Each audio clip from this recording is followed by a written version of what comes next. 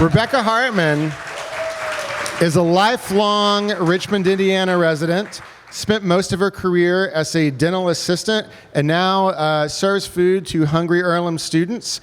But she spent a good chunk of that life living on a dairy farm with a guy over here who I think she's going to tell you more about. So please welcome to our stage, Rebecca Hartman.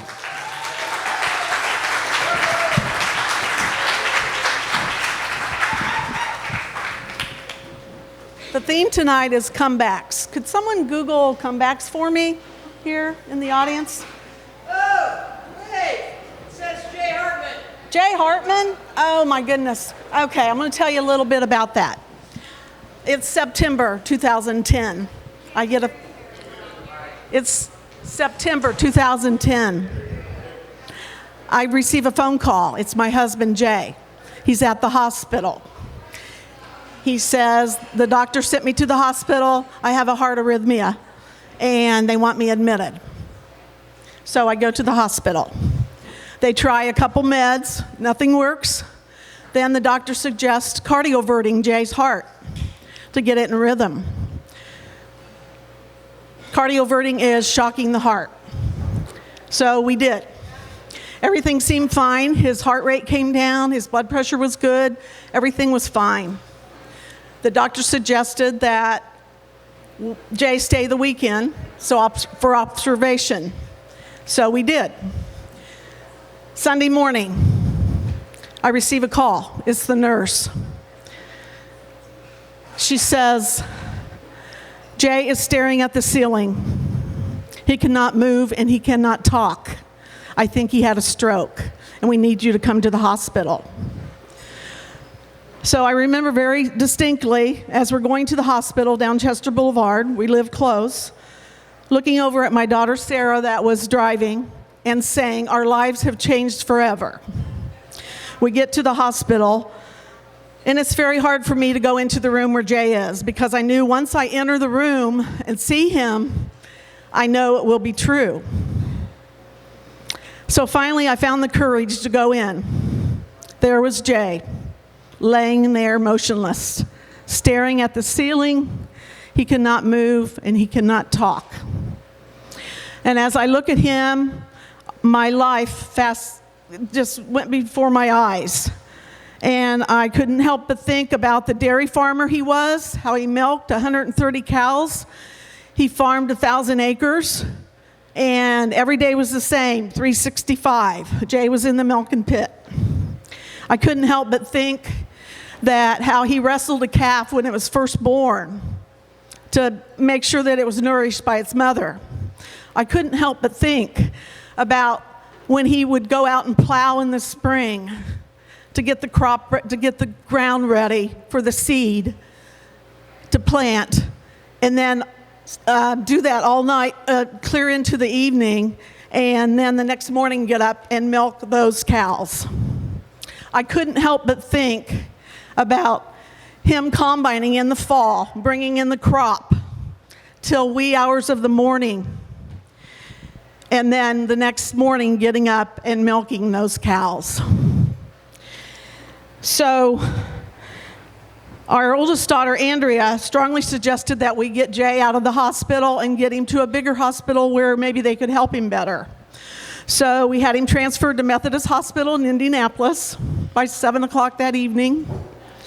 And the doctors really weren't telling us much. They just said it was a bilateral frontal lobe stroke. That means it hit both sides of the brain. They really weren't telling us the prognosis. They themselves did not know. So he was in ICU in Methodist Hospital, and my sister was with him on the 4th day, my sister Angela. And I was coming from Richmond on 70, and my phone rang, and it's my sister. And she says, Jay said, Angela. And he said, Angela? Yes, he said, Angela. So we could see a little bit of progress there and some hope that maybe we would see some improvement.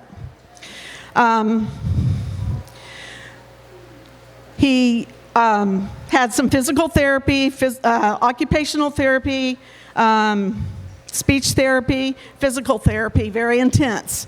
Then the doctor started to talk about plateaus. Jay has plateaued. He can no longer be here.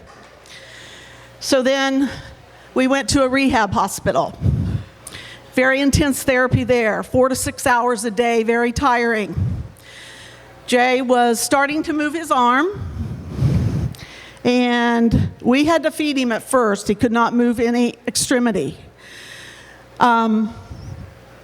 So we could hold up his upper arm, and he could move his lower arm to feed himself. And then he got so he could do this. And then the same thing with this arm. He got so he could use this arm. Then he could wiggle his toes, wiggle his legs. It took 2 nurses' aides to sit him up in bed. This is over weeks of time. He got so he could sit on the side of the bed. Then he could stand for a couple minutes. Then he could transfer to a chair from the bed. Then he could transfer from the chair to a wheelchair. He spent a lot of time in the wheelchair. He had to learn to walk all over again.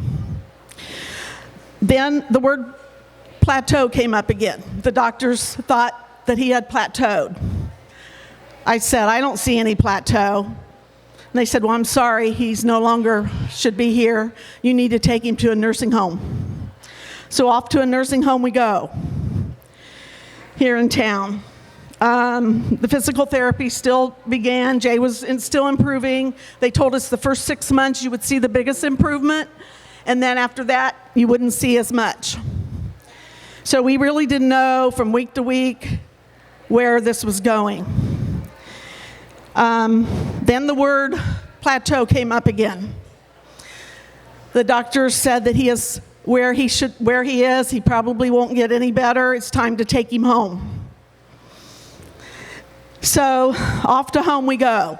We live in a big 2-story farmhouse. It has 2 stairways. And on the 3rd day we were home, we wanted to go to a surprise birthday party. So we thought this would be a good outing to try to get Jay out and see what it's like to get him around in a wheelchair, load him in the car, all that kind of stuff. My sister Darlene was there, and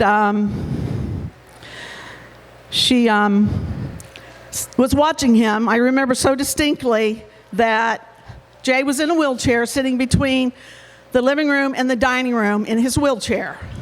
And I said, well, I'm going to go take a shower, and you watch Jay. Okay. I go up to take a shower, and I come out of the shower, and I hear and I open the bathroom door.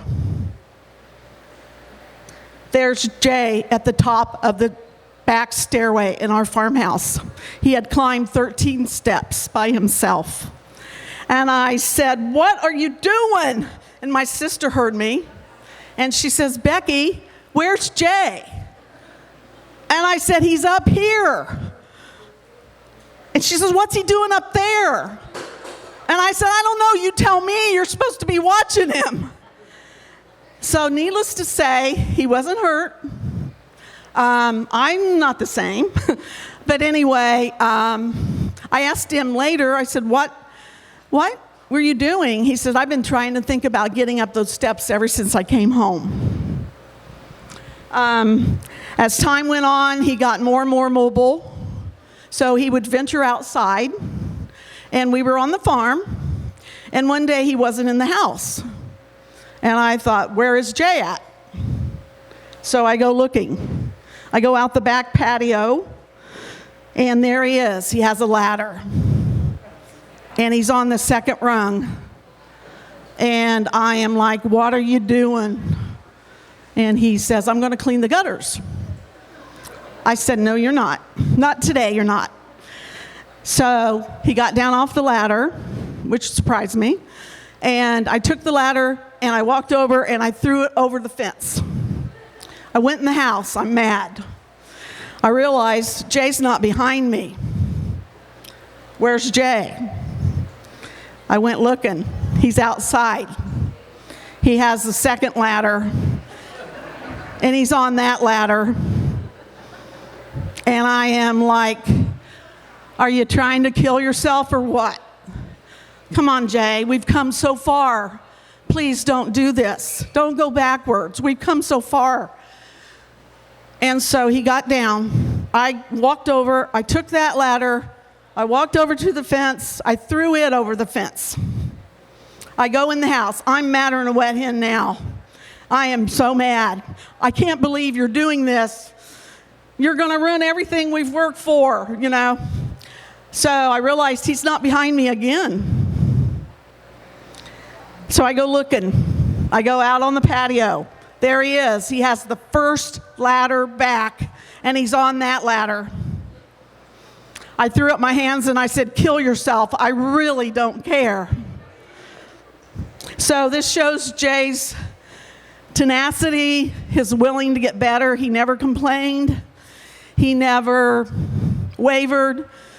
He just treads forward. He was a total vegetable.